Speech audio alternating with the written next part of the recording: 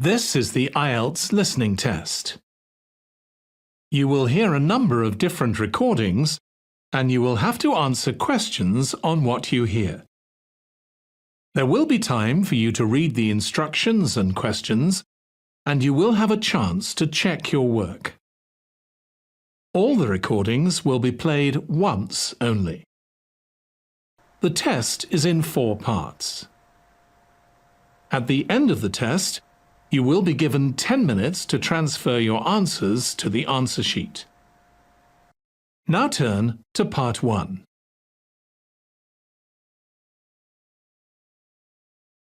Part 1.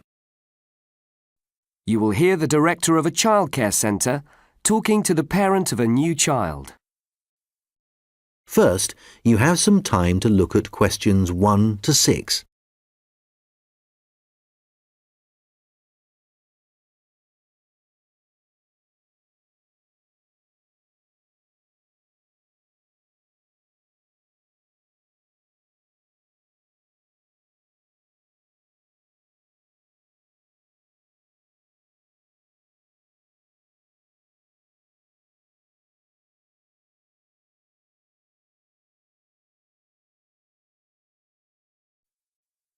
Good morning. My name is Bob Ferguson and I'm the director of Ascot Childcare Centre. Oh, good morning. I'm Sally Ann Cullen.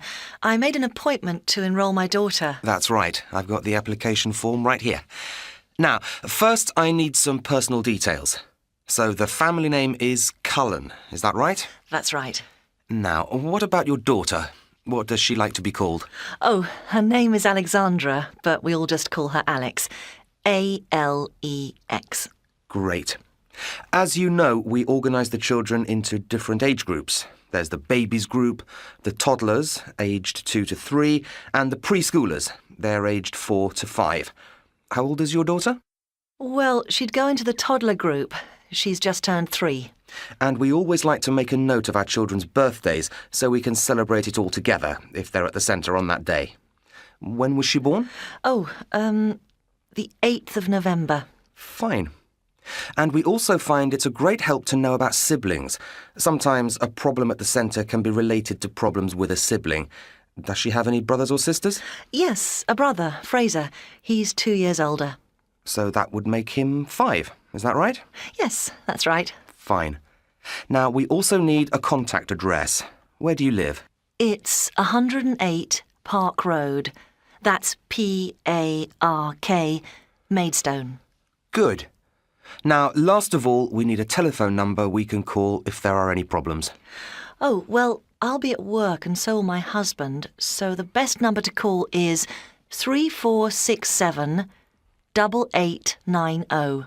Right. And is that a close relative? Yes, it's my mother-in-law's number.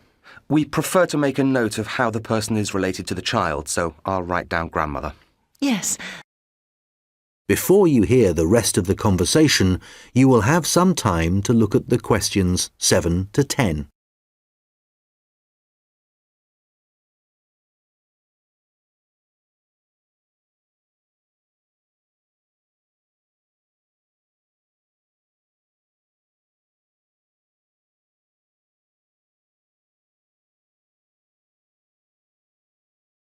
Now listen and answer questions 7 to 10. That does make more sense. Now, that's all of the personal details. We also like to try and get a picture of your child's personal development. Can you tell me if there are any specific problems she's having? For example, does she get on well with other children? Is sleeping a problem? Oh, she gets on well with others, I think, but she does have trouble sleeping. We gave up her daytime nap a long time ago. That's good to know. I'll make a note of that. She can just have some quiet time while the others are resting if she likes. That should be fine. She enjoys drawing quietly. Right. Now, what about other skills? We occasionally take the children swimming, fully supervised, of course, and we only go in a paddling pool as we don't expect them to swim by themselves yet. Does your daughter need a lot of help getting changed? No, not at all. In fact, she's been able to get dressed in the mornings for over a year now, so no problems there. That must be a big help for you. Now, what about the childcare arrangements? Are there any specific days you require?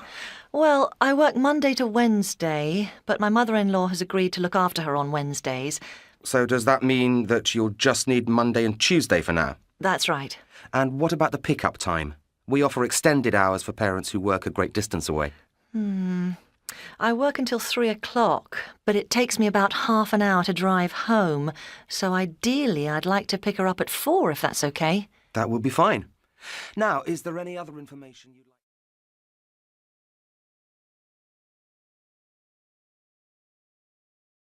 That is the end of Part 1. You now have 1 minute to check your answers to Part 1.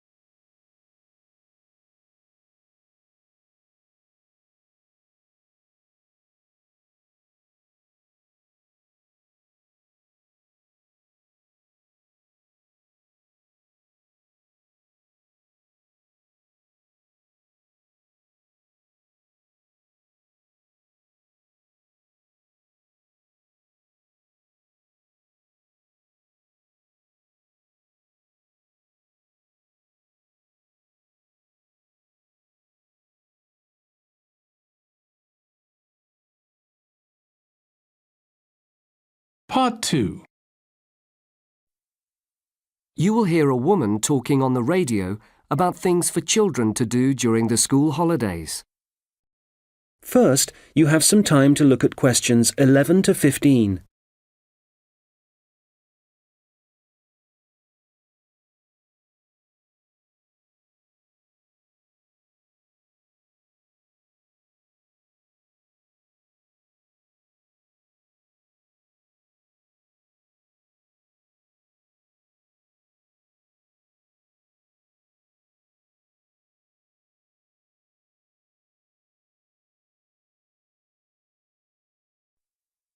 The school holidays are fast approaching, and I'm sure all of you parents out there are worried about how to occupy your children.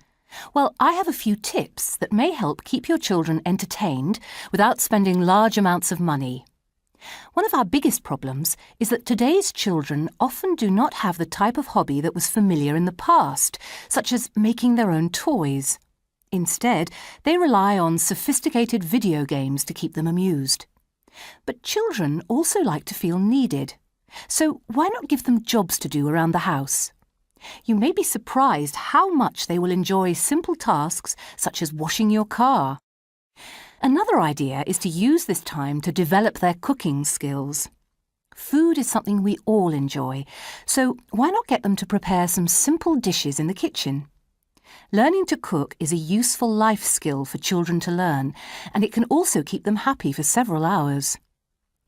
Children also love doing arts and crafts, so why not give them the task of making presents for upcoming birthdays or celebrations? Not only will they enjoy making them, but you'll also save some money, and the family or friends who receive the gifts are sure to be delighted. A great idea to get children out of the house is to find out about how they can help in your local community. Perhaps there is a home for the elderly nearby. Before you hear the rest of the conversation, you will have some time to look at the questions 16 to 20.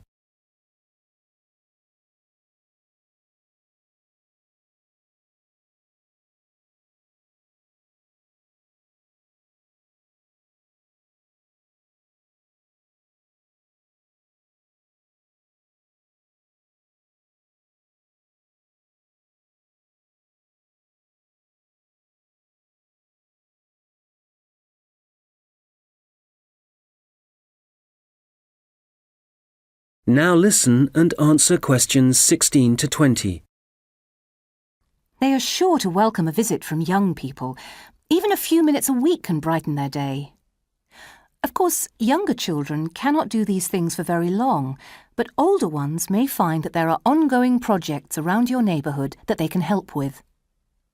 These are just a few ideas, but I'm sure you can think of many more. If not, there are plenty of places to look for other suggestions. Nowadays, the first place people seem to look is the internet, which can be a good source of information.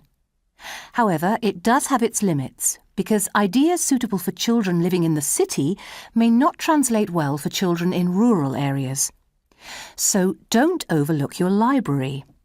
These are often filled with great ideas targeted at children in your specific area. There are a few key points to remember, however. One of the most important things is to keep your children active, otherwise they will be sure to get bored.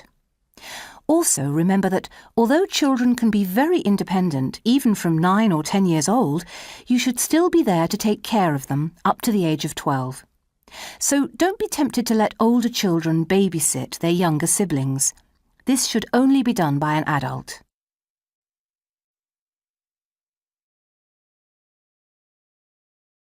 That is the end of Part 2. You now have 30 seconds to check your answers to Part 2.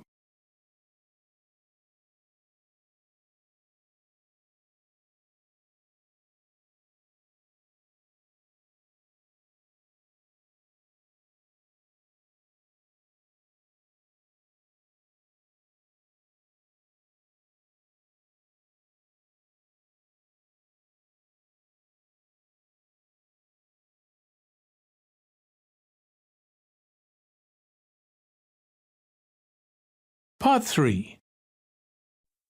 You will hear 2 science lecturers discussing space exploration. First, you have some time to look at questions 21 to 25.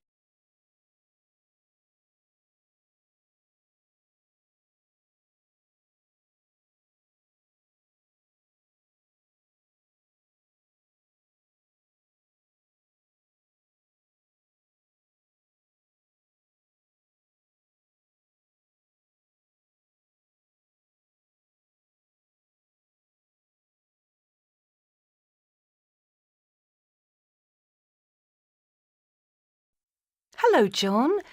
How was your conference on space travel? Hi, Susan. It was great.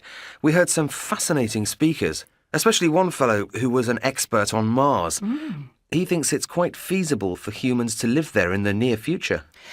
Well, if we spent the billions of dollars that go into space research on looking after our own planet, then perhaps we wouldn't need to worry about the Earth being uninhabitable in 100 years' time.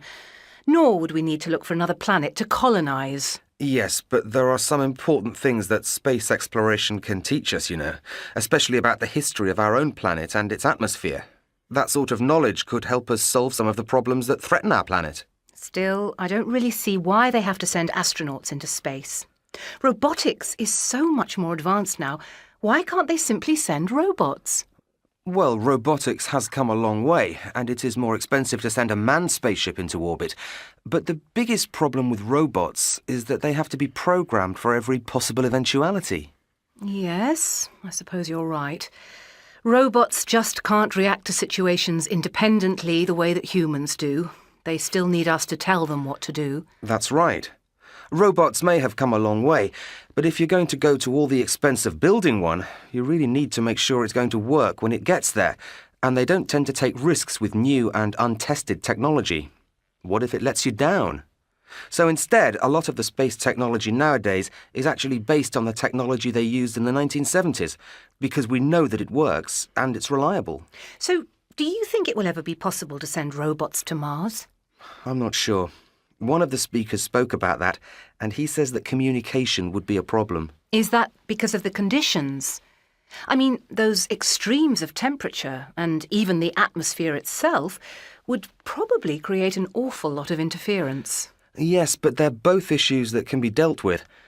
No, the real problem is simply how far away it is.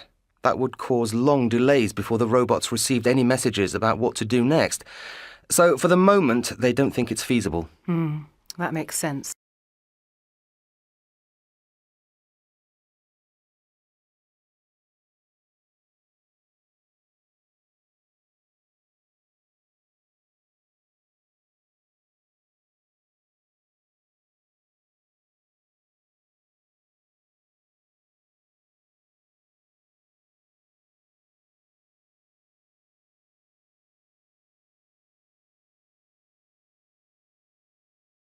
Now listen and answer questions 26 to 30.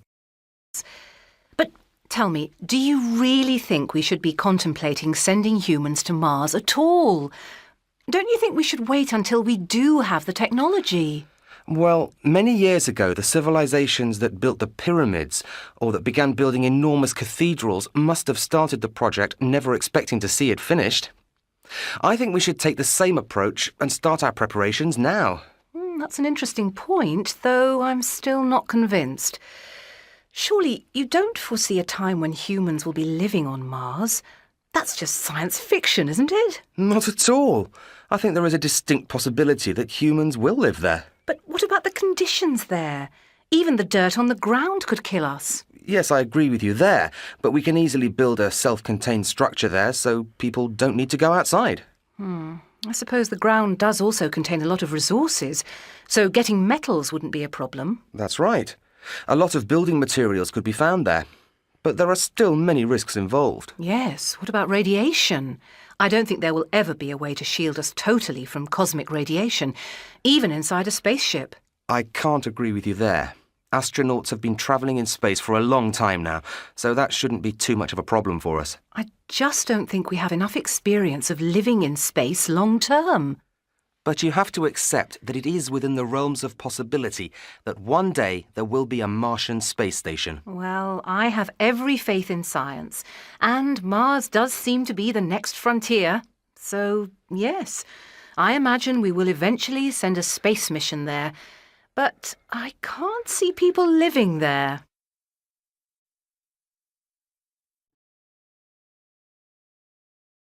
That is the end of part 3. You now have 30 seconds to check your answers to part 3.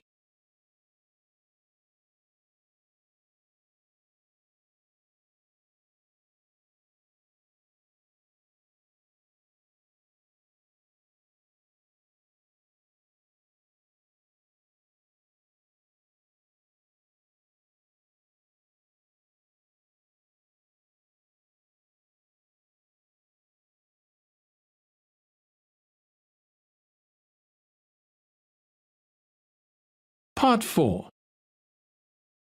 First, you have some time to look at questions 31 to 40.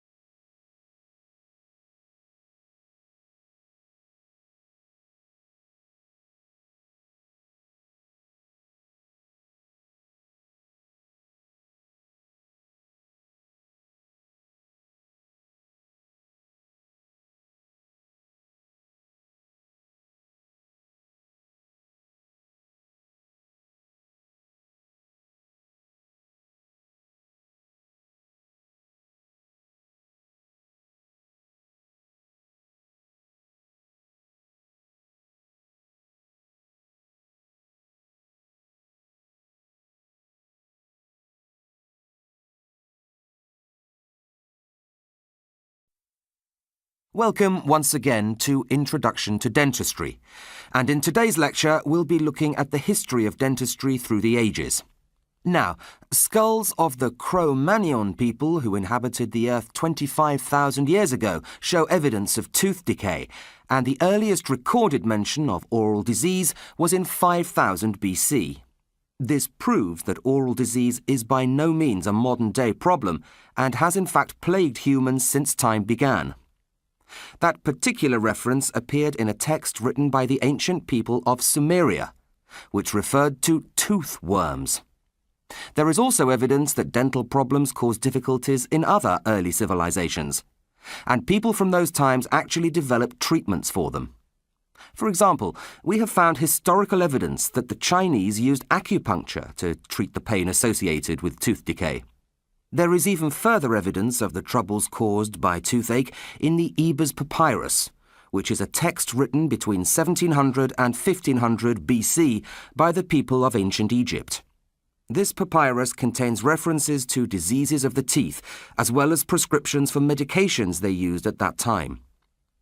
While today we automatically prescribe antibiotics, the ancient Egyptians relied on more traditional remedies to help with tooth decay. Firstly, olive oil, which even today is known to have therapeutic qualities, and secondly, onions, which again are an age-old traditional medicine and are still recognized as a reliable source of natural antibiotics. A large proportion of early dentistry was practiced as a part of general medicine. However, by the 5th century BC, Herodotus, a Greek historian, made the following observation. In Egypt, medicine is practiced on a plan of separation. Each physician treats a single disorder and no more. Some undertake to cure diseases of the eye, others the head, and others again of the teeth.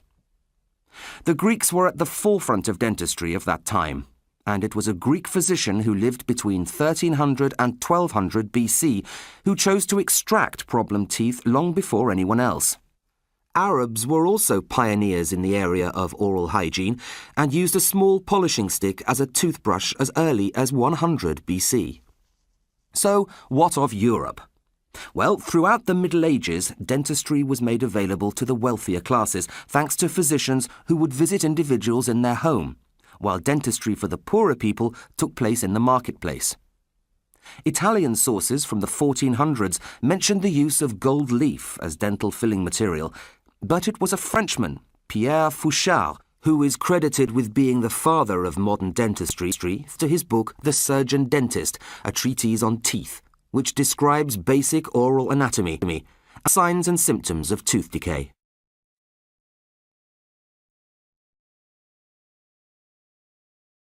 That is the end of Part 4.